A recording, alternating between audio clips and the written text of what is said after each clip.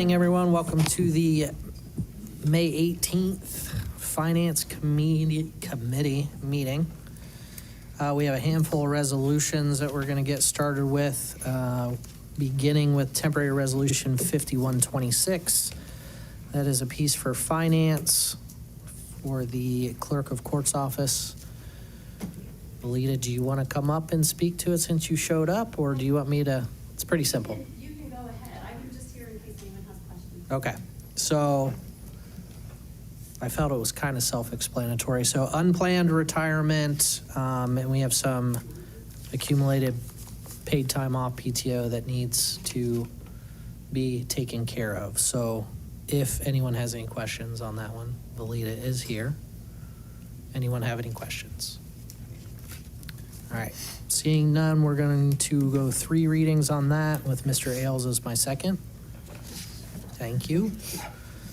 Temporary resolution 5226, that's also coming through finance. That is through municipal court and Judge Fields. Did you want to come up and speak to that one? Have I ever turned down the opportunity? You have not, ever. For those of you I don't know, I'm Jim Fields. I'm the administrative judge. Judge Olam's the other judge. We're making a request to transfer money from one account that we have to another account that we have.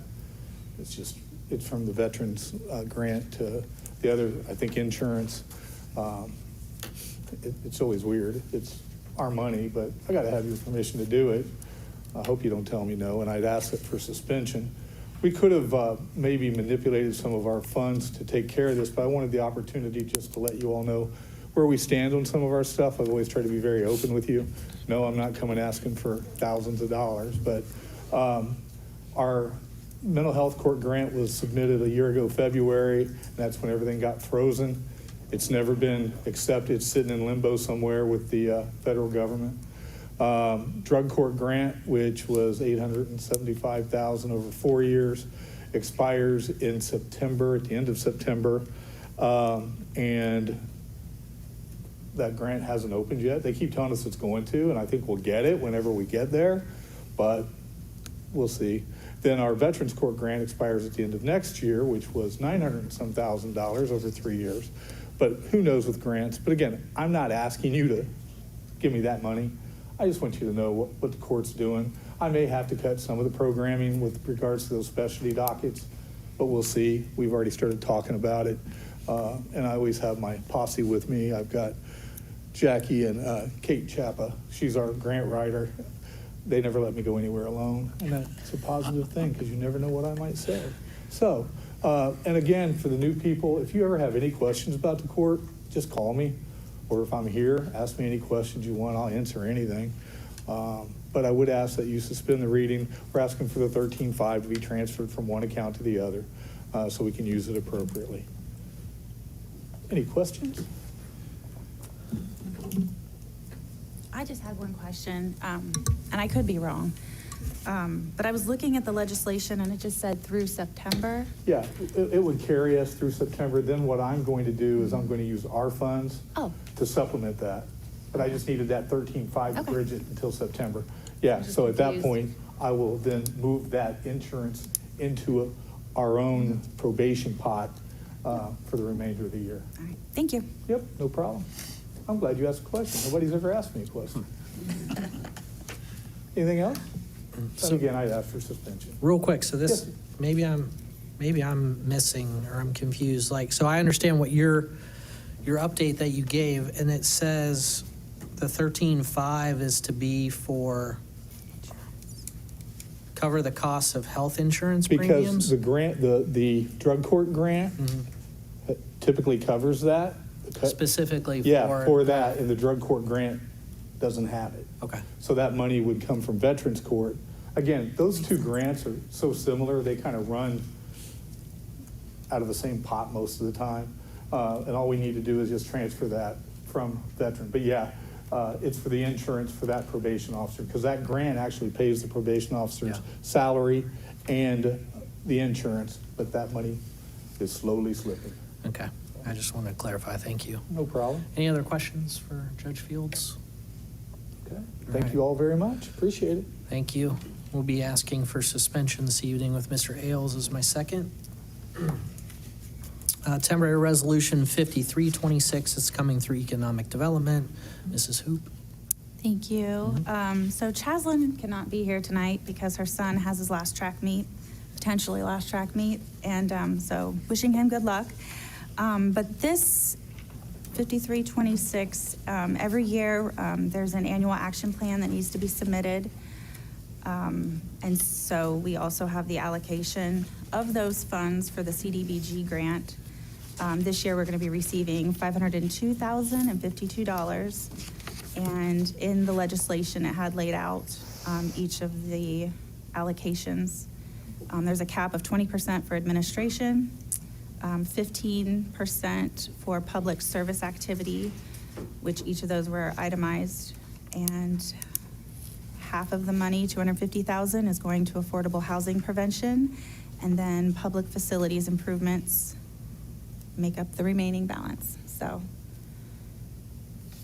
and that's 3 readings, and Mr. Carr is going to be my second. Okay, thank you. I guess if anyone has any questions, we have 2 more readings of that. So if Elena can't answer or administration can't answer, we can always shoot Chaz an email. But does anyone have any questions? I don't have any questions, but I attended the 2 public hearings that they had, and it was incredibly informative, and the information that they shared, I think, is public. So if you had additional questions, I mean, they did a really good job of explaining why the organizations were chosen. Yeah, I think that the PowerPoint is on the community development website. Great. Yeah. Perfect. I agree with that. It's usually very informative. Okay. Corey? Yes. Woody? I will just add that Chaslin will be here the next meeting, so that if you have questions, she will be here in person next meeting to answer any questions at that point as well. Great, thank you. All right, temporary resolution 5426, that's also coming through economic development. Mrs. Hoop.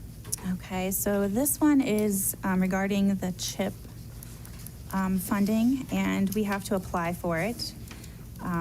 We are applying for $250,000. The deadline is June 24th, so we can have 3 readings for that. The CHIP funds help low to middle income households.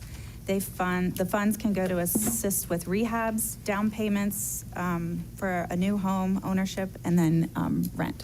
So we're just applying for that.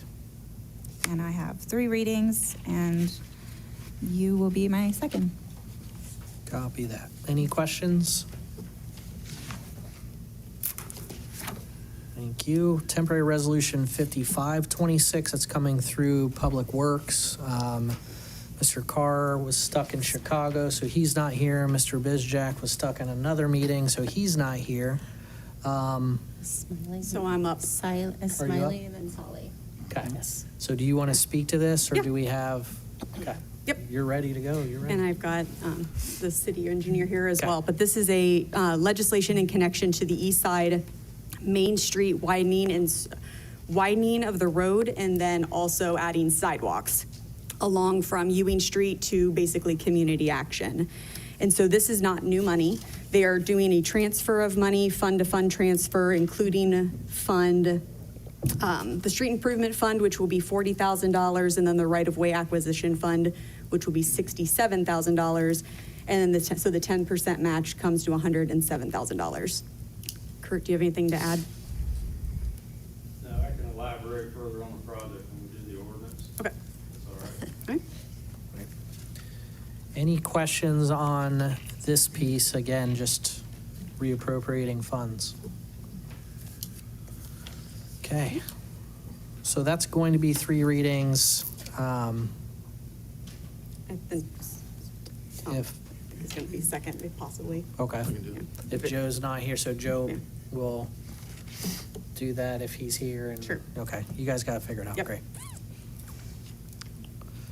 All right. All right, temporary resolution 5626, that's coming through finance.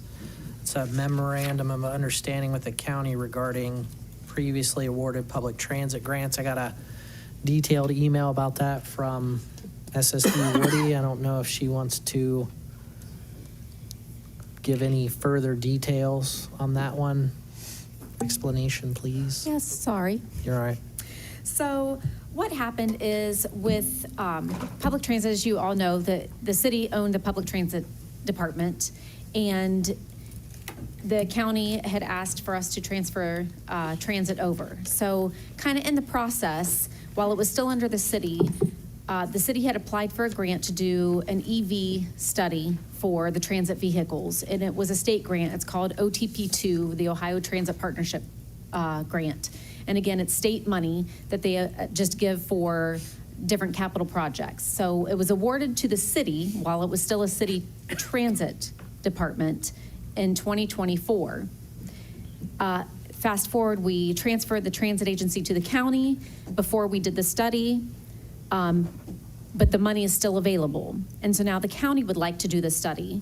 However, ODOT submitted an email stating that because the funds were awarded to the city while it was still a city transit, the state or the county is more than able to do the study. However, the funds will have to be passed through the city, that they won't just change the grantee to the county. It still stands as the city's the grantee.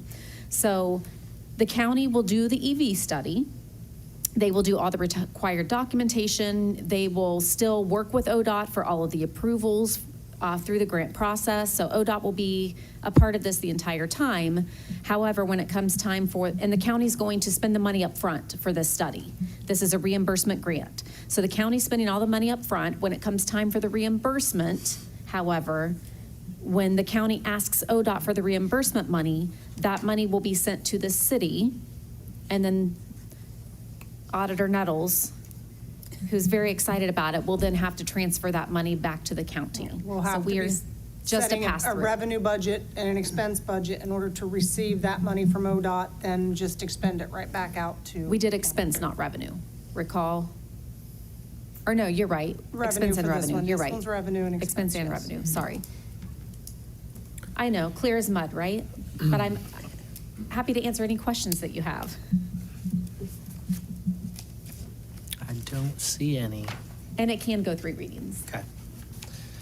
We have that as 3 readings with Mr. Sully as my second. The last resolution that's introduced tonight is temporary resolution 5726 through finance. That is to accept 2026 AARP Community Grant Challenge Funds. And you can speak to that as well. Yes, as you recall, a few months ago, we asked to apply for a grant through AARP to purchase portable accessible ramps for local businesses.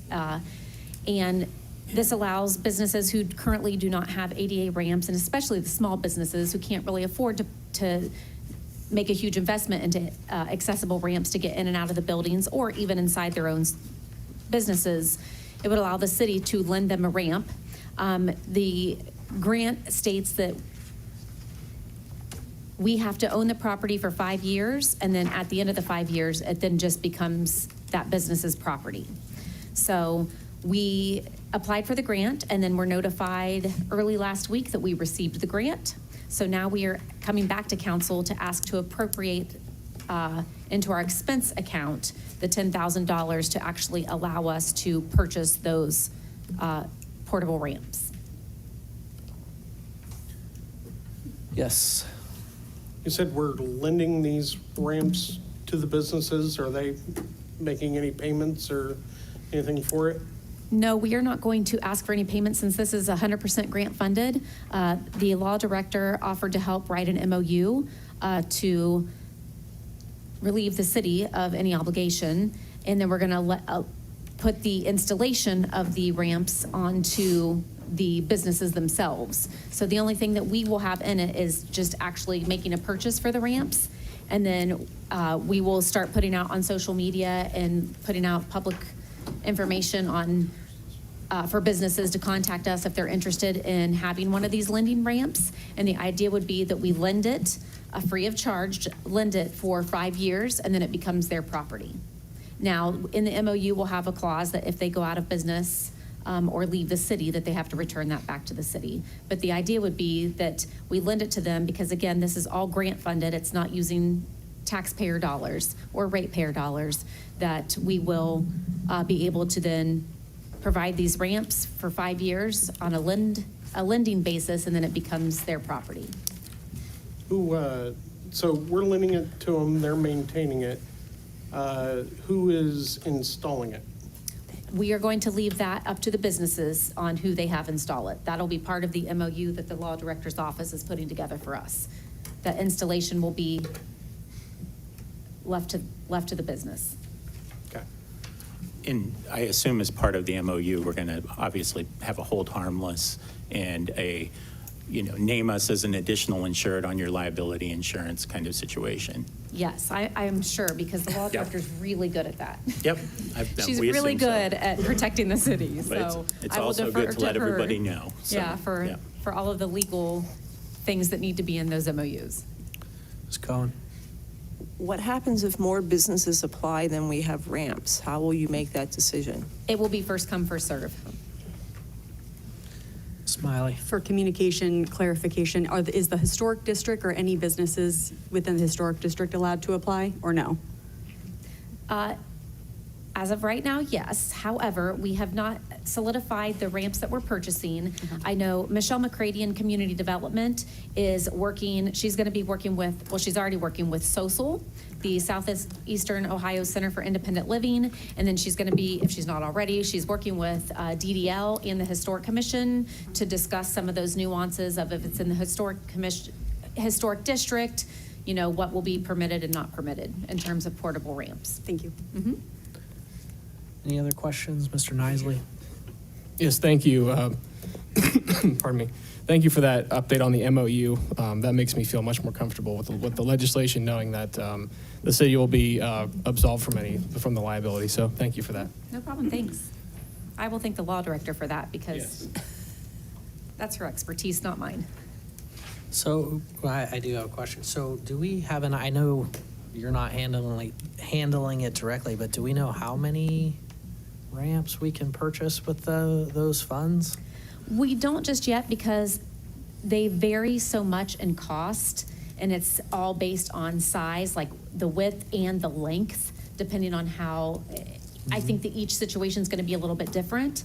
So I know that, again, Michelle's already working with SOSL, because their clients are the ones who complain about not being able to shop at this business or eat at this restaurant. And so they already have a list of businesses that they are recommending. And so Michelle was starting with those businesses first to see, okay, what are the needs? What ramps do we need? It could be that we're going to be ordering at different times based on needs. But again, we don't know all the specifics yet, because we just were awarded the grant, and Michelle's working with all the key players to make certain that we are dotting our I's and crossing our T's. There's not going to be a one-size-fits-all for us to just order X amount of ramps up front. Does that answer your question? It does. I guess I took it wrong when we were discussing the grant.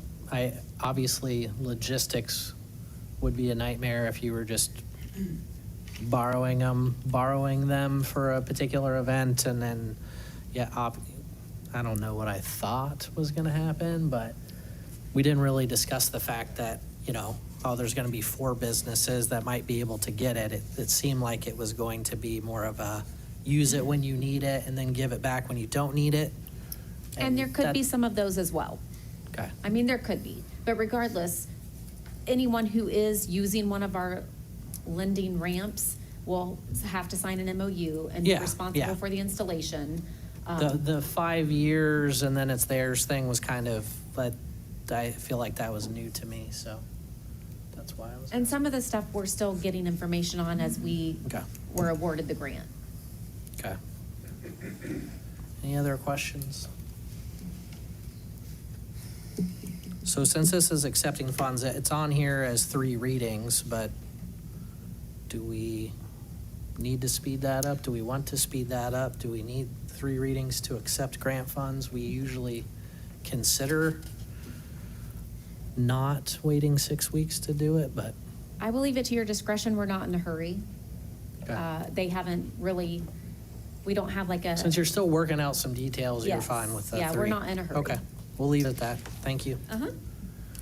Okay, I don't have any other ordinance or resolutions on the agenda, so we can move on to ordinances. Temporary ordinance 1226, it's coming through service. Mr. Nisley. Yes, thank you, Mr. Chair. Yeah, this legislation is necessary for the Lancaster Municipal Gas Department to acquire an easement in order to work on a main gas line underneath the property currently housing the Lodge Apartments on Sheridan Drive.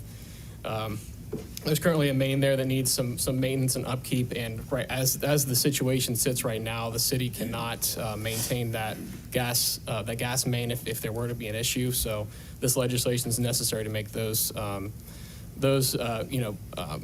modernizations as necessary. And I believe Curtis is here with Lancaster Municipal Gas. If you have anything to add. I have nothing to add on there. You covered it. All right, thank you. And this will be 3 readings, and Councilmember Cohen will be my second. Great, thank you. Any questions on that one? Seeing none, we'll move on to temporary ordinance 1326. That's also coming through Service Committee. Mr. Nisley. Yeah, thank you, Mr. Chair. This legislation is to allow the city to enter into a asset management agreement with BP in order to solidify the city's asset management system with BP in order to improve business continuity and engage in specifically in leverage BP's expertise when it comes to especially the prepaid gas deal the city's already involved with, making sure that continuity exists, long past Curtis Waite's tenure at the Lancaster Municipal Gas Department.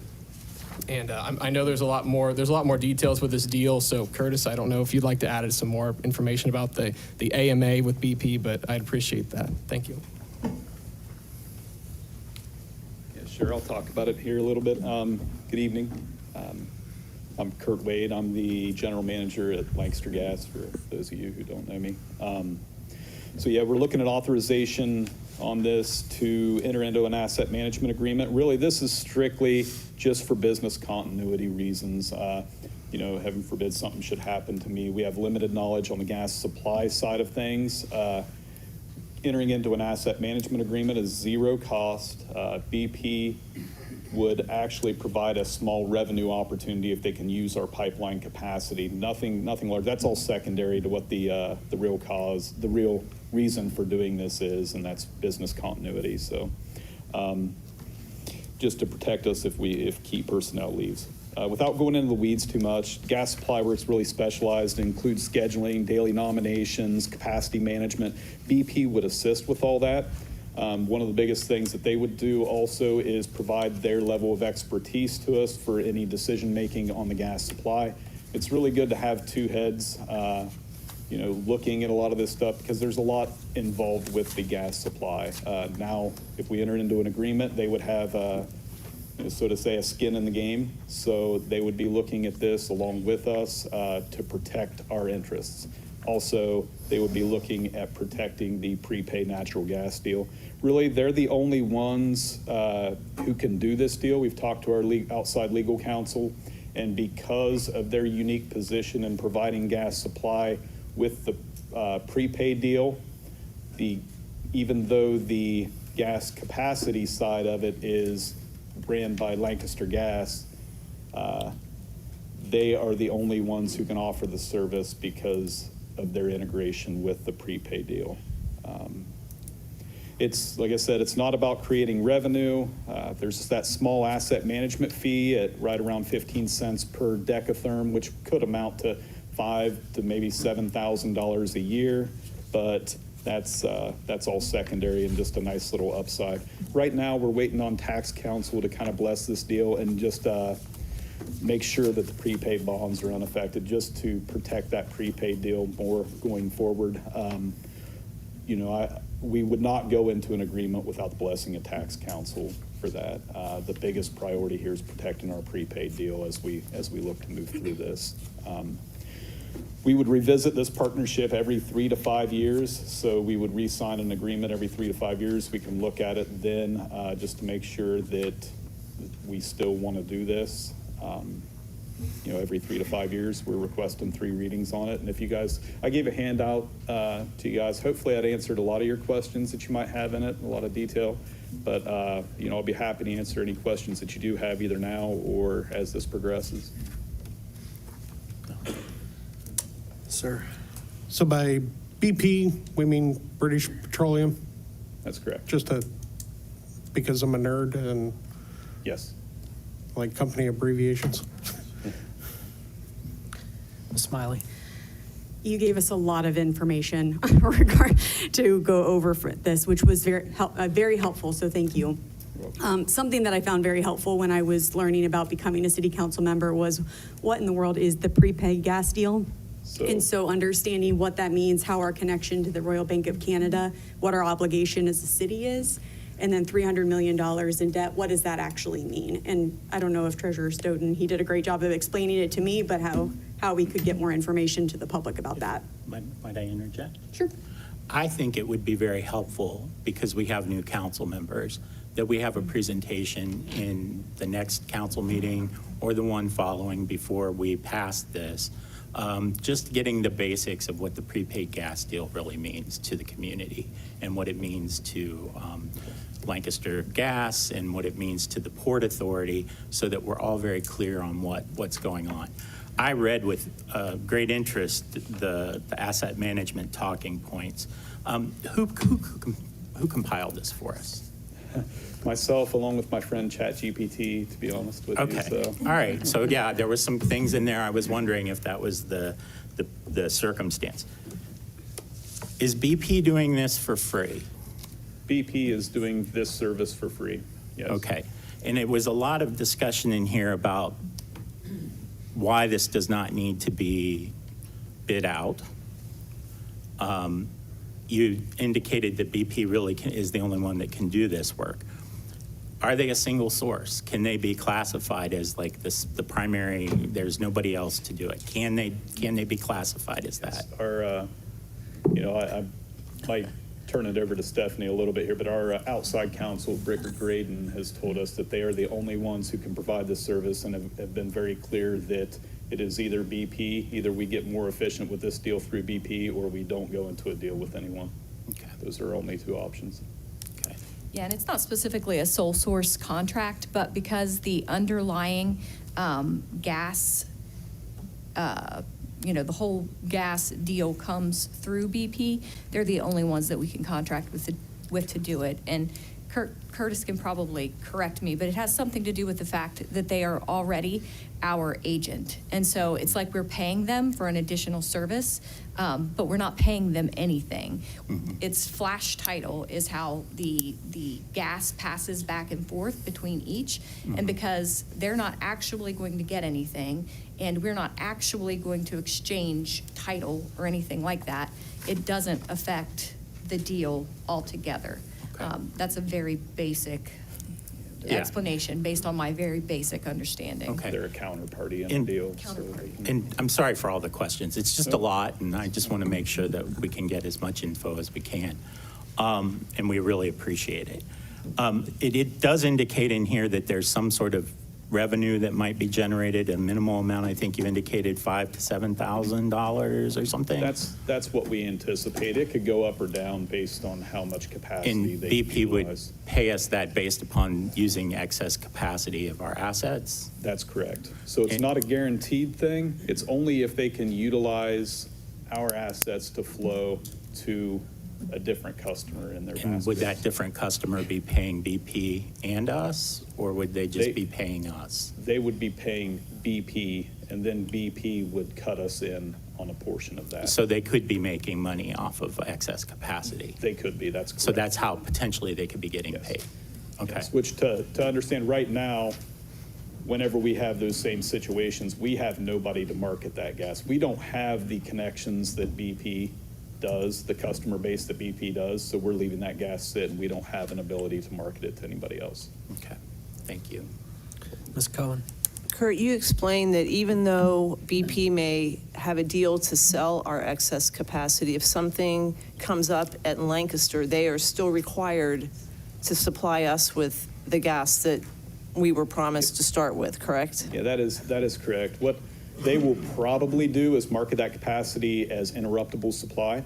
So when we need that back, they could tell that customer, hey, sorry, they need it back, this is interruptible. Or they may market it as firm, and if they do, they would have an obligation to use some of their other assets to deliver it to our gate. But yes, they will be obligated to give us our supply. Any other questions? Seeing none, thank you for all that information. We have 3 readings. Yes. Mr. Nisley? Thank you, Mr. Chair. You have 3 readings, and Councilmember Hoop will be my second. All right. Last ordinance we have on the agenda is temporary ordinance 14. That's coming through economic development. Mrs. Hoop. Thank you. So last year, we created a West End TIF, and we are now amending and restating that TIF. So we're doing 2 things. We're adding some land, some parcels that we annexed in, and at the same time, we're amending, so we're taking some of the parcels out, simply because we discovered that they are in Amanda School District, and a single TIF can only have 1 school district. So we're restating what the West End TIF is. And if there's any other questions, Law Director Hall is right here. Anyone have any questions? Great. Seeing none. Oh, 3 readings. Mhm. Mr. Nisley will be my second. Okay, great. I don't know of any other ordinances or resolutions, so we can move on to department updates. Does anyone here have any department updates? Mr. Dietz.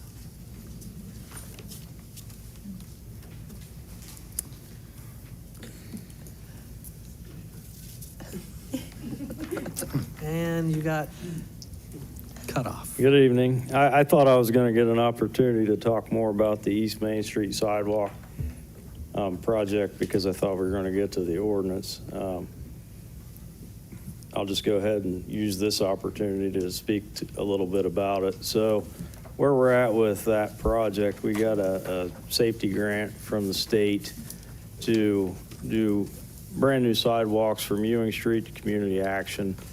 There are places out there that don't have sidewalks. There are places that do, that are too narrow and too close to the road. So what we're essentially doing is we're going to add a 3 to 5 foot grass strip and then a 5-foot sidewalk. And we'll need to purchase right-of-way, a couple of feet of right-of-way in certain locations as you go down that path. We are also going to widen the shoulder. The curb is a little bit too close to the traveled lane, so we've got to push the curb back 2 feet in front of the McDonald's in a certain section there. If you see people are always hitting the curb and breaking it down. The phase that we're in now, we did the in-house design, and now we're wanting to acquire right-of-way, and a lot of it is temporary easements. So when they're actually building the sidewalk, they need to grade those lawns back or move some signs back, or maybe there's a flower bed or things that are just a little too close. So we will hire a professional consultant to go out. We've actually already selected OR Colon. They will handle all of this. So it won't be city staff going out there. 50-some easements and right-of-way out there. They will do the appraisals first. Then they will send out a letter to all the affected property owners, and then they will meet in person with each property owner to make an offer, do negotiations, and get it through to closing. That's the process. None of the properties are, I'll call, seriously impacted through our design. We try to make sure that everybody still gets their parking that they have now. Certainly everybody still has a driveway. Any place where there is a driveway, we may have to replace part of that from the curb back a given distance to catch grade, because we'll be, tearing all that out. So I just wanted to make sure this is a chance to speak to the public, I guess, and the council, and understand what that process is. And the right-of-way acquisition will probably take 12 months or more to get through that whole process. Any questions on that project? Kurt, when we spoke about it, I wanted to clarify that the 3 to 5 feet of grass, would that allow for trees, additional trees possibly to be planted along Main Street? They're not in the project, Okay. but that would be a space potentially for trees. There are a lot of overhead utilities and underground utilities and things going out there, but it might be an opportunity for that, yes. Okay. Any other questions? Ms. Cohen? Having never been through one of these right-of-way, getting them, how do the negotiations work? I mean, are they pretty willing to give up? Do we end up spending a lot more money than we thought we would, or? They'll offer fair market value. That's when they do their appraisals. They'll calculate that. And also any other item, like I said, a flower bed or anything that is impacted and has to be moved, they'll be compensated for that. It's usually a pretty good offer, but it's not a lot of land. You're talking about a couple of feet, 3 to 5 feet. So the dollar amount isn't real high, but the per acre amount is. So most of the time, these are worked out through negotiations. Mr. Nisley? Thank you. And I know, thanks for, you and I had chatted earlier, and I want to just thank you for that publicly. But my question for you is, if you could answer for us, if somebody does not end up taking the negotiated, or if the negotiations fall through with the property owner, what's the next step for making the project go forward? So we do have the power of eminent domain. Essentially, if there's not an agreement reached, then we can do, and Stephanie maybe could speak better to that, we do a quick take. Essentially, it becomes ours, and then it's litigated. So it's worked out in the courts later. Or we don't do it. Those are our two options. Yeah. Follow up, Mr. Chair. Yes. And then maybe this is a question for the law director, but how much does, and maybe it varies, but maybe you could tell me, how much does one of these if a case does get to eminent domain, to get to litigation, how much does that cost? What's the time frame for that process to go forward? Yeah, I'm sorry, I can't tell you what it costs exactly, because that's going to depend on how long it takes to get it worked out. But the quick take process recognizes the fact that, one homeowner can't leverage their property in order to make the city pay an exorbitant amount of money for their property, right? So quick take means that we take the fair market value that has been assessed and we put that in escrow with the court, and the court is holding that money while we try to work through some kind of negotiation. But in the meantime, technically the city has title and can continue with its right-of-way work all the way through. So really, if it gets to the point where the project is done and the money is still sitting there and it earns interest while it's sitting there, it's kind of like, well, where's the issue at this point, right? Because we've already got the ability to take the land and build whatever it is that we need to build in terms of public infrastructure. But honestly, it doesn't usually get to that point. Usually most folks recognize that, they're abutting a public roadway, and for the safety of the traveling public, it would be beneficial for everyone if they would let us buy their land in order to make the improvements that we need to make. Okay, thank you. Yep. Any other questions? I have one question. Mr. Sully? So who's responsible for maintaining the sidewalks going forward after they're built? The property owners are responsible for keeping the sidewalks clean and maintaining them. So any repairs fall on the property owner? Yes. Okay.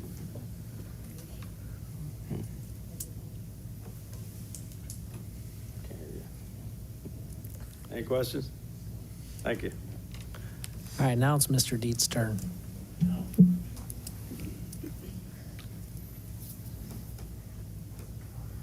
I know we're running long. I'll try to keep this short and sweet and not to bring Corey down any like I did last time I was here. As most of you have seen, he's on Facebook. I know Kate has. And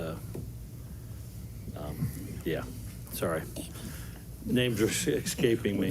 But Amy, sorry. It's right in front of me. Does it need to be bigger? Yeah. I can read them now. Anyway, the city's starting to implement the installation of some pedestrian upgrades throughout 12 intersections we have. It's the Pelco Advanced Pedestrian System. And basically what it does, our crews are installing these at several intersections that have higher than average pedestrians with traffic signals. And what they do is they provide an audible feedback or a vibratory feedback and a visual feedback to our impaired citizens, whether they're visually impaired or hearing impaired. Basically, the buttons will talk to you and it'll actually tell you what intersection you're at and what direction you're crossing, and they tell you when the walk signal is up and when it's safe to cross. So somebody approaches them, they can press the button. If they hold their hand against it, it will vibrate once the walk signal goes to walk, allowing them safe passage across the street. This was brought forth by a community block development grant that our community development department found. Michelle Crady found it for us. It's a $70,000 grant through their community development or public facilities improvement grant. The money bought the equipment. So I want to thank her for finding that grant for us. And then Charlie Mott, my operations manager, and Jim Golden, my traffic control supervisor, are working with our LDOT's traffic signal technicians, and we're actually doing the installation. So the installations are not costing us anything, but $70,000 worth of equipment is a great investment in the city, and especially for our traffic control system to help pedestrians navigate our city safely. It brings us up to ADA compliancy, and it just improves the overall experience for our traveling public. Very Questions? good, thank you. Any questions? Yes. So I assume that when the city puts these in, if something breaks, wear and tear, we're going to be looking to replace them. Yep. Obviously, we won't be doing them in bulk that way. But any idea how much more this is going to cost to replace when we eventually do, like when they age out or something like that? Well, they shouldn't age out. They will eventually, see wear and tear. It'll be whatever the market rate is at the time of failure. I don't know what the exact cost will be at that time, but our crews will do the maintenance. They'll do the replacement, the repair, the upkeep. The systems will be tested every year when we do our preventive maintenance. So we can kind of get ahead of some things if we find out a speaker's not working, because all these buttons, if you're walking around downtown, you're going to hear this low-pitched beep, and that actually lets the blind people find the buttons. So if you're walking around and you're not hearing things, you are hearing a low-grade beep at every pole. So, but the system the system is designed to last at least 10 years before anything has to be done to it. So I don't see any issues. Mr. Bizjak. Thank you, Mr. Chair.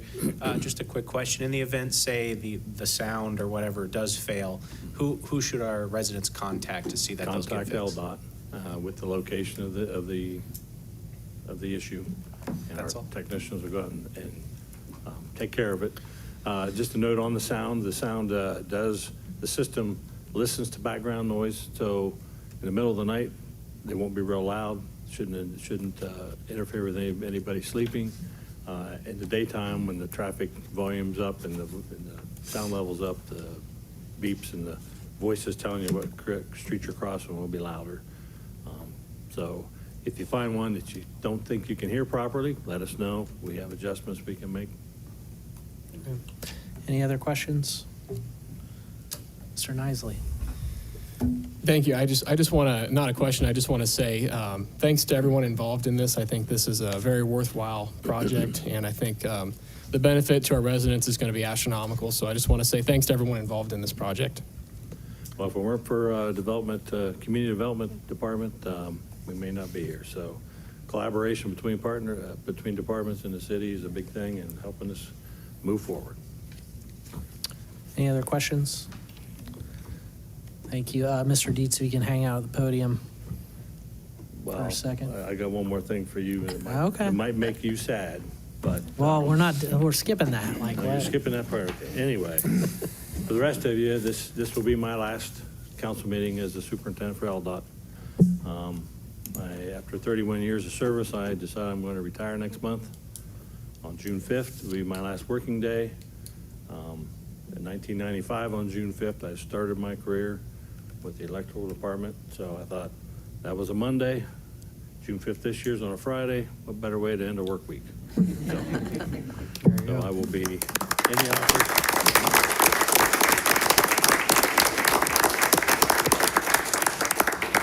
Thank you very much. I'll be in the office that day. Probably not doing much work, but I'll be there. But with that, I want to thank Mayor McDaniel and Service Director Woody, first off, for all the support they've given me over their tenure, along with all the past administrations. Your support and your trust is immeasurable. With that, I'd also like to thank this council and all the past council people. I know some of you only been here 6 months, and most of you have made it down to see what we do at LDOT. I continue to encourage you to do that. Again, thank you for the support for your legislation, any legislation I put forth, and the questions you've had, and especially the visits to gain knowledge. I want to thank the many civic organizations we work with, the parade committees, the Lancaster Festival, Destination Downtown Lancaster, all the other civic organizations that actually are the ones driving the city and making it a very a nice place, a great place to live and thrive.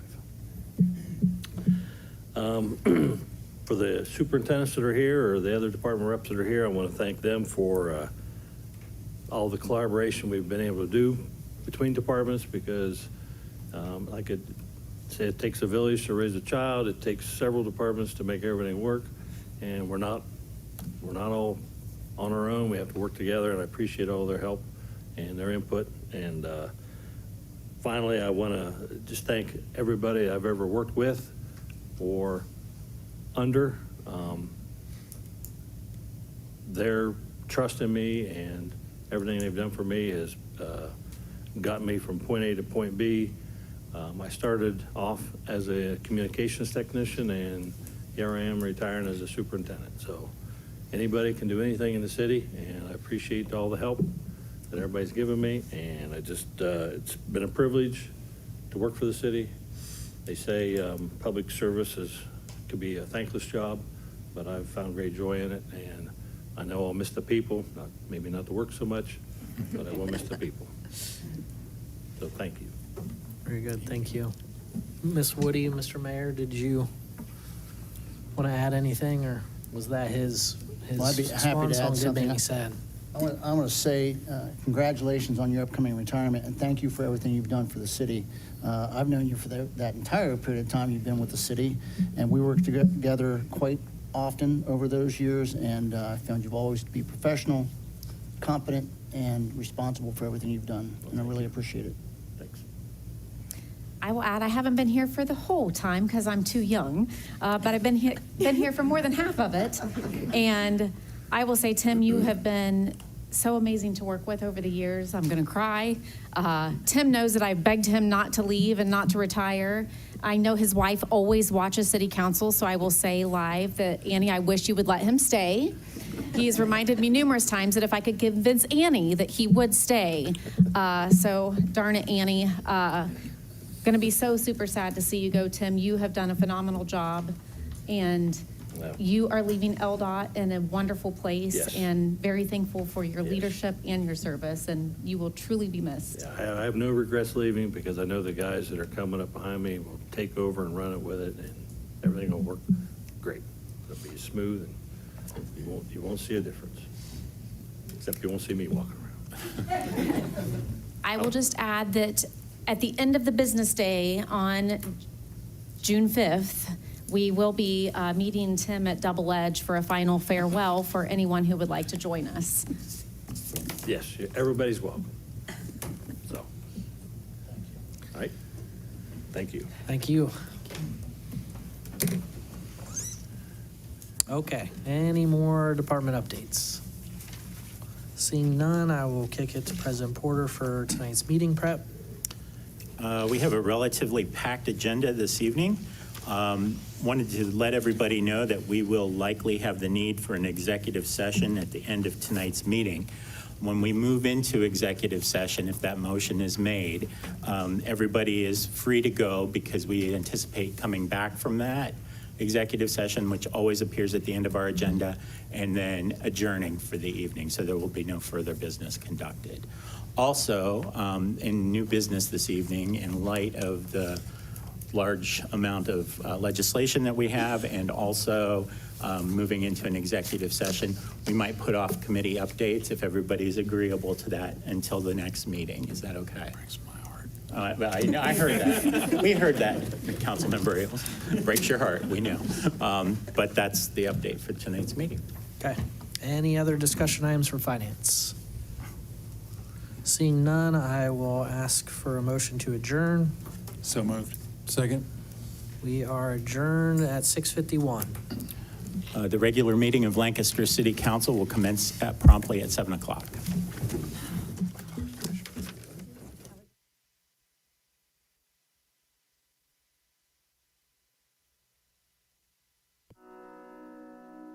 The Frankie Smith Funeral Home and Crematory in Lancaster and the Johnson Smith Funeral Home in Baltimore have a long and wonderful history of serving our community.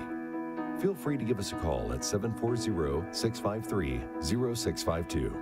Stop in and see us at either of our two locations, 405 North Columbus Street in Lancaster and 207 South Main Street in Baltimore. Respect for tradition, regard for change. Life moves fast, and Buckeye is here to keep you moving. New dream job? Celebrate with a ride that feels just as exciting. Passing the keys to your new teen driver? Treat yourself to an upgrade you'll love. Family getting bigger? Buckeye's got the perfect spacious, safety-packed vehicle for every new arrival. Wherever life takes you, Buckeye Nissan, Georgesville Nissan, Buckeye Honda, and Buckeye Toyota are ready to drive you forward. Your life, your car, your choice. Choose Buckeye.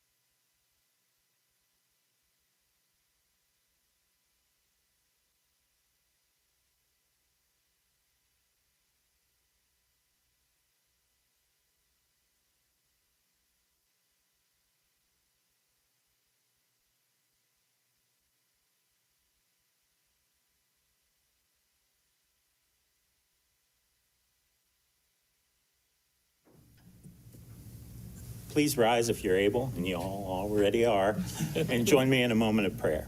God, grant us the serenity to accept the things that we cannot change, the courage to change the things we can, and finally, the wisdom to know the difference. Please join me in the Pledge of Allegiance. I pledge allegiance to the flag of the United States of America and to the republic for which it stands, one nation, under God, indivisible, with liberty and justice for all. And now call the May 18th, 2026 Lancaster City Council meeting to order. Please call the roll. Mr. Ailes. Here. Mr. Bizjack. Here. Mr. Carr. Ms. Cohen. Here. Mrs. Hoop. Here. Mr. Nicely. Here. Mr. Ogg. Here. Mr. Schoonover. Here. Ms. Smiley. Here. And Mr. Solly. Here. Let the record reflect that 9 members of City Council are present. And now accept a motion to excuse a council member Carr. So moved, Mr. President. Second. We have a motion and a second to excuse Councilmember Carr. All those in favor, please signify by saying aye. Aye. Motion carries. Reading and disposing of the journal. I have regular meeting minutes dated May 4th, 2026. Mr. President, I'd like to make a motion to receive and file the journal. Second. We have a motion and a second to receive and file the journal. All those in favor, please signify by saying aye. Aye. All those opposed, same sign. Motion carries. Reports of city officials. I have 5 this evening. I have email dated May 14, 2026 regarding deposit of public monies, ORC 9.38, submitted by City Auditor Patricia Nettles. I did it again. Patricia Nettles. Email dated May 15, 2026 regarding additional information on temporary ordinance 14-26 West End TIF, submitted by Law Director Stephanie Hall. Email dated May 15, 2026 regarding additional information on legislation introduced in tonight's meeting, submitted by Safety Service Director Carrie Woody. Email dated May 15, 2026 regarding BP Asset Management Agreement and Sheridan Drive easement, submitted by Municipal Gas General Manager Curtis Wade. Email dated May 15, 2026 regarding executive session, submitted by Law Director Hall. Mr. President, I'd like to make a motion to receive and file the reports of city officials. Second. We have a motion and a second to receive and file the reports of city officials. All those in favor, please signify by saying aye. Aye. All those opposed, same sign. Motion carries. Communications. I have 4 this evening. I have email dated May 13th, 2026 regarding public records requests submitted by Amber Hawkins with the Rorick and Blumenthal LLC. Email dated May 13th, 2026 regarding public records requests submitted by Sophia Price with the Data Branch Research Team. Mail dated May 18th, 2026 regarding a new liquor license for Love's Travel Stop 872, permit number 053-528-3, submitted by Ohio Division of Liquor Control. Mail dated May 18th, 2026 regarding a new liquor license for Lancaster Carryout LLC, permit number 05001283-1, submitted by Ohio Division of Liquor Control. Mr. President, I'd like to make a motion to receive and file the communications. Second. We have a motion and a second to receive and file the communications. All those in favor, please signify by saying aye. Aye. All those opposed, same sign. Motion carries. We have no special presentation this evening or awards. Couple of quick announcements. Want to wish Councilmember Schoonover a happy anniversary. This is his 16th wedding anniversary, and he is here this evening and not with his beautiful wife. So congratulations on that. And then on Thursday, I believe it is our law director's birthday. And we wish not. No, well, we're not even gonna. We know not to say dates or names or anything like that when it comes to birthdays. But we're offering a happy birthday on that. Mr. Mayor, I know that I mentioned it in executive session about the desire to potentially have a presentation about the prepaid gas deal as part of a special presentation at either our next or the following council meeting. Could you help coordinate that, please? I think we can arrange that. Thank you very much. Petitions and memorials. We have none. There are none. Now we've reached the time for permission of voters and taxpayers to address council. We have a pretty tight schedule this evening, so if anybody is here to address council, please move to the podium, state your name, address, fill out the form up there, and we limit you to 3 minutes. Hi, my name is Daniel Eknatoff. You've all probably heard from me before, and usually it's for things that aren't good. So I'll be brief today because it is something good. I just really want to thank council for the traffic pattern change on Chestnut. I live right by that intersection. I hear the number of people who almost get hurt, and I see the number of people who do get hurt at that intersection, and I'm really looking forward to that being less. So I just wanted to express my gratitude, and that's it. Well, thank you, sir. We accept your gratitude, but it's not to us. It's actually to the administration and the other folks who've worked hard on that. But we want to give you those kudos as well. So is there anybody else here to address City Council this evening? Seeing none, we thank you for coming and attending tonight's meeting. Reports of standing committees. I have 5 this evening. I have Economic Development Meeting Minutes dated May 11, 2026, submitted by Mrs. Hoop. Service Committee Meeting Agenda dated May 13, 2026, submitted by Mr. Nisley. Code Enforcement and Zoning Committee Meeting Agenda dated May 14, 2026, submitted by Mr. Solly. Public Works Committee Meeting Minutes dated May 17, 2026, submitted by Mr. Carr. And finally, Finance Committee Meeting Agenda dated May 18, 2026, submitted by Mr. Schoonover. Mr. President, I'd like to make a motion to receive and file the reports of standing committees. Second. We have a motion and a second to receive and file the reports of standing committees. All those in favor, please signify by saying aye. Aye. All those opposed, same sign. Motion carries. Reports of special committees. There are no reports this evening. Thank you. There's no need for a public hearing this evening. Now we will move to the reading of resolutions, beginning with the third reading of temporary resolution 4126. A resolution to authorize the mayor to enter into a contract with the Fairfield County General Health District for Public Health Services. This is through Finance Committee, Mr. Schoonover and Mr. Ailes. Mr. President, I'd like to make a motion that council pass, engross, and enter upon the written record temporary resolution 4126. Second. We have a motion and a second to pass, engross, and enter upon the written record temporary resolution 4126. Any discussion, Councilmember Schoonover? Just briefly, this is, I guess, turned into a yearly piece for the contract with the county health department. Thank you. Any further discussion? Hearing none, please call the roll. Mr. Ailes? Yes. Mr. Bizjack? Yes. Mr. Carr? I'm sorry. Ms. Cohen? Yes. Mr. Hoop, or Mrs. Hoop? Yes. I'm still on vacation. I apologize, guys. Mr. Nisley? Yes. Mr. Ogg? Yes. Mr. Schoonover? Yes. Mr. Smiley, or Miss Smiley? Yes. I quit. Mr. Solly? Yes. Temporary resolution 4126 passes 9-0. Now move on to temporary resolution 4226.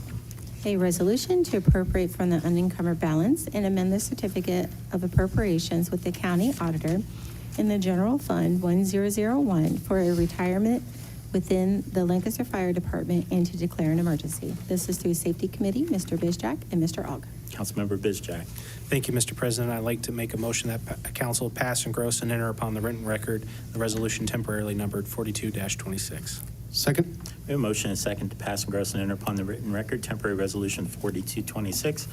Any discussion, Councilmember Bizjack? Thank you, Mr. President. I'd just like to mention that this legislation is seeking to appropriate $43,000 from the unencumbered balance into the general fund, specifically the retirement fire department line item for Lieutenant Jim Baker, who just retired. And I'd like to congratulate him again on that. Thank you. Any further discussion? Please call the roll. Mr. Ailes? Yes. Mr. Bizjack? Yes. Ms. Cohen? Yes. Mrs. Hoop? Yes. Mr. Nisley? Yes. Mr. Ogg? Yes. Mr. Schoonover? Yes. Ms. Smiley? Yes. And Mr. Solly? Yes. Motion to pass, engross, and enter upon the written record temporary resolution 4226 passes 9-0. Temporary resolution 4326. A resolution to appropriate from the unencumbered balance and amend the certificate of appropriations with the county auditor in the .15 Fire Levy Fund 2046 and to declare an emergency. This is through Safety Committee, Mr. Bizjack and Mr. Solly. Councilmember Bizjack. Thank you, Mr. President. I'd like to make a motion that council pass, engross, and enter upon the written record the resolution temporarily numbered 43-26. Second. We have a motion and a second to pass, gross, and enter upon the written record temporary resolution 4326. Councilmember Bizjack, discussion. Thank you, Mr. President. Once again, I'd just like to remind council that this piece of legislation seeking to appropriate $200,000 here from the unencumbered balance. And while this is indeed appropriating money from the unencumbered balance, I'd like to remind everybody what I shared 2 council meetings ago, which is that this money is originally coming from a purchase order from 2025. With the purchase order 2025 being closed, the remainder of that money went into the unencumbered balance, and now with purchase order 2026 being opened up, we're having to reappropriate from the unencumbered balance now to fund this purchase order. So that is all I have to say, Mr. President. Thank you. Any further discussion? Hearing none, please call the roll. Mr. Ailes? Yes. Mr. Bizjack? Yes. Ms. Cohen? Yes. Mrs. Hoop? Yes. Mr. Nisely? Yes. Mr. Ogg? Yes. Mr. Schoonover? Yes. Ms. Smiley? Yes. Mr. Sully? Yes. Temporary resolution 4326 passes 9-0. Temporary resolution 4426. A resolution authorizing the Service Safety Director to advertise for bids for the South Water Plant Backflow Valves project and to declare an emergency. This is through Water Pollution Control Committee, Mr. Ailes and Ms. Cohen. Councilmember Ailes. Yes, Mr. President, I move that we pass and engross and enter upon the written record resolution temporarily numbered 44-26. Second. We have a motion and a second to pass, engross, and enter upon the written record temporary resolution 4426. Discussion, Councilmember Ailes. This is to advertise for bids only. It's pretty routine. Okay, thank you. Any further discussion? Hearing none, please call the roll. Mr. Ailes? Yes. Mr. Bizjack? Yes. Ms. Cohen? Yes. Mrs. Hoop? Yes. Mr. Nisely? Yes. Mr. Ogg? Yes. Mr. Schoonover? Yes. Ms. Smiley? Yes. And Mr. Sully. Yes. Temporary resolution 4426 passes 9-0. Temporary resolution 4526. A resolution to increase receipts, appropriate funds in the Stormwater Utility Reserve Fund 6019, amend the certificate of other sources and appropriations with the county auditor, and authorize payments of bills with then and now certificates for the Ohio Water Development Authority loan for the Frederick Street Sewer Separation Project. It's through Pollution Control Committee, Mr. Ailes and Ms. Cohen. Councilmember Ailes. Yes, Mr. President, I move that we pass and engross and enter upon the written record resolution temporarily numbered 4526. Second. We have a motion and a second to pass, engross, and enter upon the written record temporary resolution 4526. Discussion, Councilmember Ailes. I call this government accounting voodoo. That's what it is. It's a technical term. Okay. We have to pass this in order to pay the contractor for the Frederick Street project. We're borrowing money, we pay them, they reimburse us. That's what this does. Pretty much, right? Thank you. Yeah, this is a reimbursing grant. Thank you. Any further discussion? Hearing none, please call the roll. Mr. Ailes? Yes. Mr. Bizjack? Yes. Ms. Cohen? Yes. Mrs. Hoop? Yes. Mr. Nisely? Yes. Mr. Ogg? Yes. Mr. Schoonover? Yes. Ms. Smiley? Yes. And Mr. Sully. Yes. Temporary resolution 4526 passes 9-0. Temporary resolution 4626. A resolution authorizing the Service Safety Director to enter into a contract for engineering services on the Columbus Street and Wilson Avenue Sewer Separation Project. This is through Water Pollution Control Committee, Mr. Ailes and Mr. Bizjack. Councilmember Ailes. Mr. President, I move that we pass and engross and enter upon the written record resolution temporarily numbered 46-26. Second. We have a motion and a second to pass, engross, and enter upon the written record temporary resolution 4626. Discussion, Councilmember Ailes. This permits the Service Safety Director to enter into a contract for engineering services for the next sewer separation project, which is the Wilson Avenue, Columbus Street project. Thank you. Any further discussion? Hearing none, please call the roll. Mr. Ailes? Yes. Mr. Bizjack? Yes. Ms. Cohen? Yes. Mrs. Hoop? Yes. Mr. Nisely? Yes. Mr. Ogg? Yes. Mr. Schoonover? Yes. Ms. Smiley? Yes. And Mr. Sully. Yes. Temporary resolution 4626 passes 9-0. We now move on to the second reading of resolutions, beginning with temporary resolution 4726. A resolution to authorize the Service Safety Director to enter into a design-build contract for energy upgrade grant funds for the South Water Treatment Plant rehabilitation. It's through Water and Water Pollution Control Committee, Mr. Ailes and Ms. Cohen. Councilmember Ailes. Second of three readings. Second of three readings on temporary resolution 4726. Temporary resolution 4826. A resolution authorizing the Service Safety Director to advertise for bids for the Tiki Lane Water Line Replacement Project. Again, this is through Water and Water Pollution Control Committee, Mr. Ailes and Ms. Cohen. Councilmember Ailes. Second of three readings. Thank you. Second of three readings on temporary resolution 4826. Temporary resolution 4926. A resolution authorizing the Service Safety Director to execute an engineering contract amendment for construction administration services for the Tiki Lane Water Line Replacement Project. It's through Water and Water Pollution Control Committee. It's through Mr. Ailes and Mr. Bizjack. Councilmember Ailes. Second of three readings. Second please. of three readings on temporary resolution 4926. Temporary resolution 5026. A resolution authorizing the Service Safety Director to enter or to advertise for bids for the Lawrence Street Pump Station Replacement Project. Again, this is through Water Pollution Control Committee, Mr. Ailes and Mr. Bizjack. Councilmember Ailes. Second of three readings. Second please. of three readings on temporary resolution 5026. We now move to the first reading of resolutions, beginning with temporary resolution 5126. A resolution to appropriate from the unencumbered balance and amend the certificate of appropriations with the county auditor in the general fund 1001 for a retirement from the Fairfield County Municipal Courts Clerk's Office. This through Finance Committee, Mr. Schoonover and Mr. Ailes. Councilmember Schoonover. Be the first of three readings, please. First of three readings on temporary resolution 5126. Now move to temporary resolution 5226. A resolution to increase and decrease appropriations in the Municipal Court Probation Fund 2035 to cover employee health insurance premiums and to declare an emergency.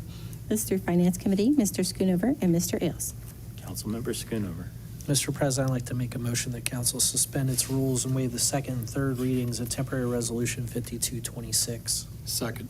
We have a motion to suspend the rules and waive the second and third reading of temporary resolution 5226. Any discussion on the motion to suspend? Now, we discussed it in finance and Judge Fields was here to explain the move of funds from one to the other. Thank you. Please call the roll. Mr. Ailes. Yes. Mr. Bizjack. Yes.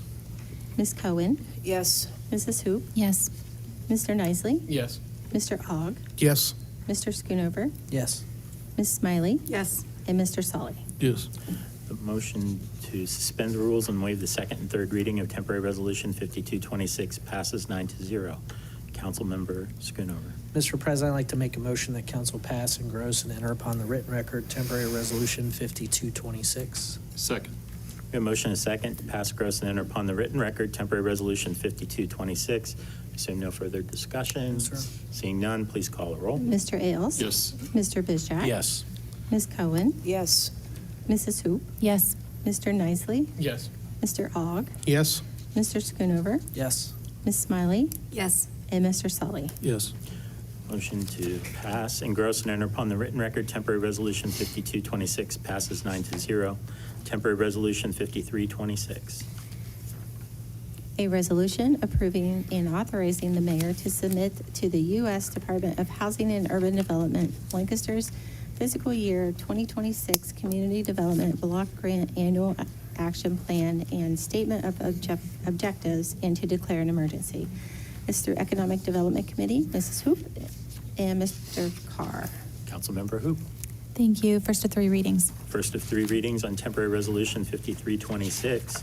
Temporary resolution 5426. A resolution authorizing the submission of an application by the City of Lancaster for Program Year 2026 Community Housing Impact and Preservation Program and declaring an emergency. This through Economic Development Committee, Mrs. Hoop and Mr. Schoonover.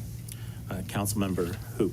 Thank you. First of three readings. First of three readings on temporary resolution 5426. Temporary resolution 5526. A resolution to appropriate from the unencumbered balance, amend the certificate of appropriations with the county auditor in the general fund 1001, complete a fund-to-fund transfer, increase receipts, appropriate from the unencumbered balance, and amend the certificate of other sources and appropriations with the county auditor and the LDOT Improvement Fund 3014. This is through Public Works Committee, Ms. Smiley and Mr. Bizjack.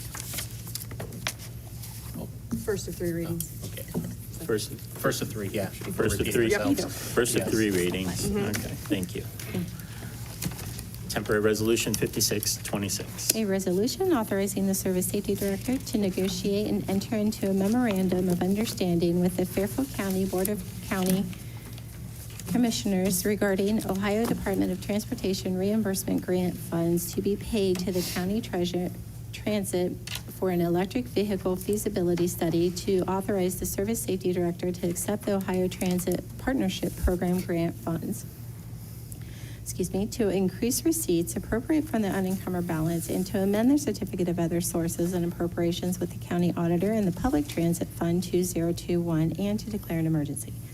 This is through Finance Committee, Mr. Schoonover and Mr. Sully. Councilmember Schoonover.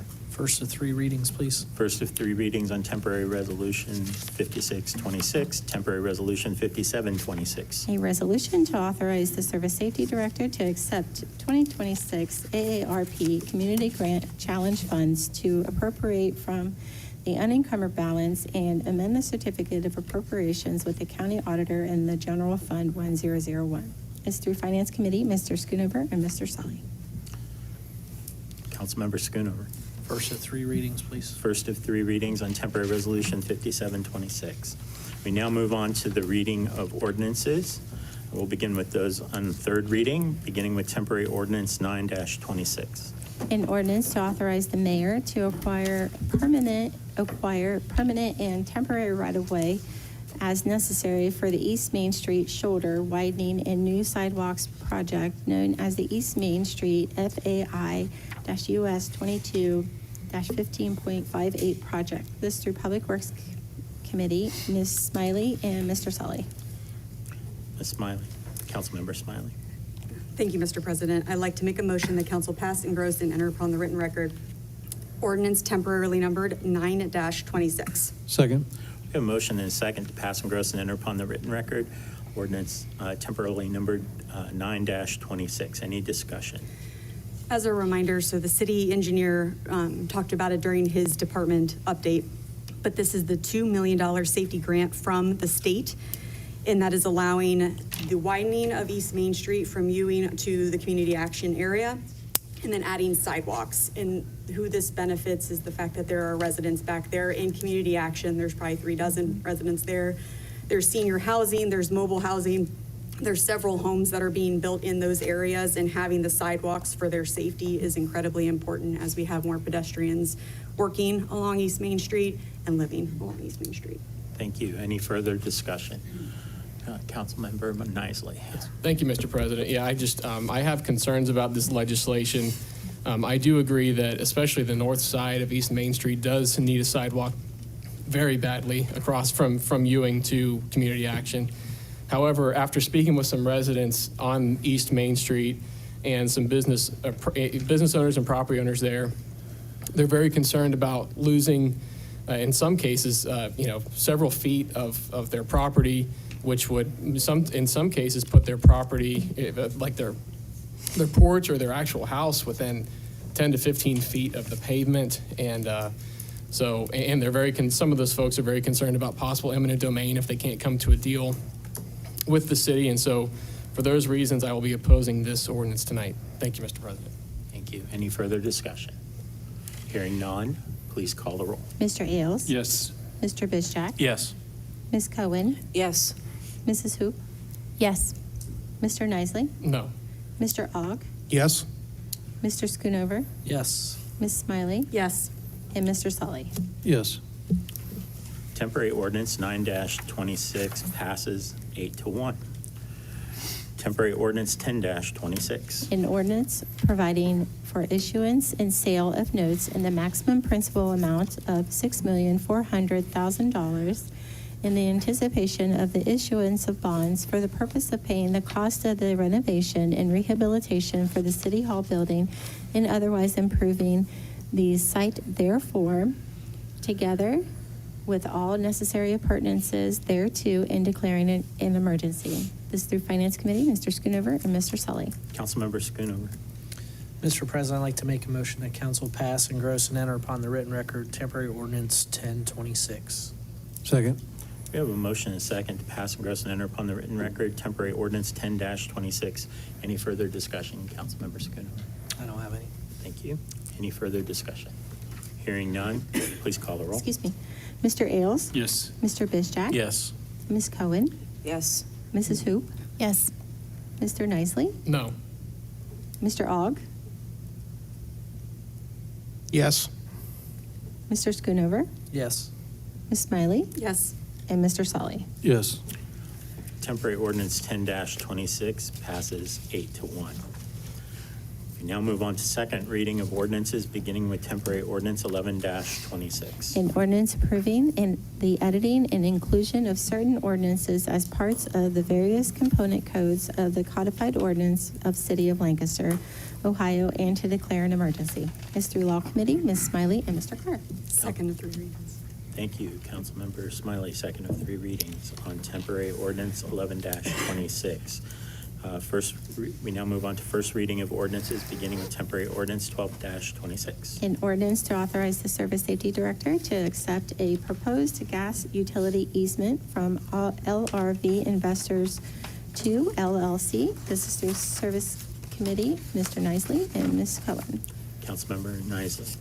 Thank you, Mr. President. This will be the first of 3 readings, please. First of 3 readings on temporary ordinance 12-26. Temporary ordinance 13-26. An ordinance authorizing the City of Lancaster, Ohio, to negotiate and enter into a transaction confirmation for an asset management arrangement between the city and BP Energy Company related to the $525,000 Lancaster Port Authority Gas Supply Revenue Bond Series 2024A and other related documents. And 2, authorizing the engagement and payment of all necessary legal services required to enter into the transaction confirmation for the asset management arrangement and to declare an emergency. This again is through Service Committee, Mr. Nicely and Mrs. Hoop. Councilmember Nisley. Thank you, Mr. President. First of 3 readings, please. First of 3 readings on temporary ordinance 13-26. Temporary ordinance 14-26. An ordinance amending and restating permanent ordinance number 32-25 adopted August 11, 2025, declaring the improvement to certain real property located in the city of Lancaster, Ohio, to be a public purpose, declaring such improvement to be an exempt from real property taxation pursuant to Ohio Revised Code Section 5709.40B, requiring the owners thereof to make annual service payments in lieu of taxes, describing the public infrastructure improvements to be made that will directly benefit the real property, establishing a public improvement tax increment equivalent fund for the deposit of service payments together with related authorizations and declaring emergency. Through Economic Development Committee, Mrs. Hoop and Mr. Nicely. Councilmember Hoop. Thank you. First of 3 readings. First of 3 readings on temporary ordinance 14-26. That brings us to the conclusion of the reading of legislation for this evening. We have no tabled legislation. Do we have any unfinished business from any council members this evening? We have none. New business. No new business. I have the liquor license that was brought forth when I had returned back from vacation that I said that would be on my agenda. And that one is due prior to the next meeting. The mail date was May 18, 2026 is when I received it for Lancaster Carryout LLC permit number 05001-283-1, submitted by the Ohio Division of Liquor Control. I received an email from the police department saying that they didn't have anything on that residence. Okay. All right. So I would just, excuse me. I was just going to say, it's not a residence, it's a location inside of the strip mall that has the Subway and the tattoo parlor out off of East Main Street in front of Kroger's there. Okay. It's the Lancaster Carryout LLC is the name of the business there. Thank you. Since we have no actual basis for an objection, I'd just entertain a motion that we let it go. Oh, can I? Go ahead. Real quick, I'm sorry. Thank you, President Porter. So what they're applying for is wine and mixed beverages for on-premises consumption or original sealed container for carry-out until 1 a.m. I'll just say, I think the carry-out until 1 a.m. maybe was always contemplated, but I don't know that the potential wine and mixed beverage consumption on the property was ever contemplated, especially when they got a zoning clearance permit. I'd like to know if it's one or both of those things, or one or the other of those things. We could ask for a 30-day extension. I believe it's one time, isn't that? Just for a thought. Yeah, for a new one, we can. Yeah. So maybe we do that to give adequate time. Would that be sufficient? Sure. Yep. Okay. If I can get Will it. you make that Yep, request? I'll make that request. Is that okay? Thank you. All right, thank you. Any other new business? Hearing none. Okay, announcements of scheduled meetings. I have the next regular sessions of council, June 8th, 2026 at 6:30 PM here in council chambers. Again, June 22nd, 2026 at 6:30 PM here in council chambers. No special scheduled meetings. No special scheduled meetings. Regularly scheduled committee meetings. I have upcoming administrative committee meeting May 22nd, 2026 at 2 PM in the 1897 Conference Room, City Hall. And then I have a safety committee meeting June 5th, 2026 at 8 AM in the 1897 Conference Room in City Hall. Thank you. No bills? No bills. All right. At this time, it's my understanding there may be a motion for an executive session. Would entertain that motion now.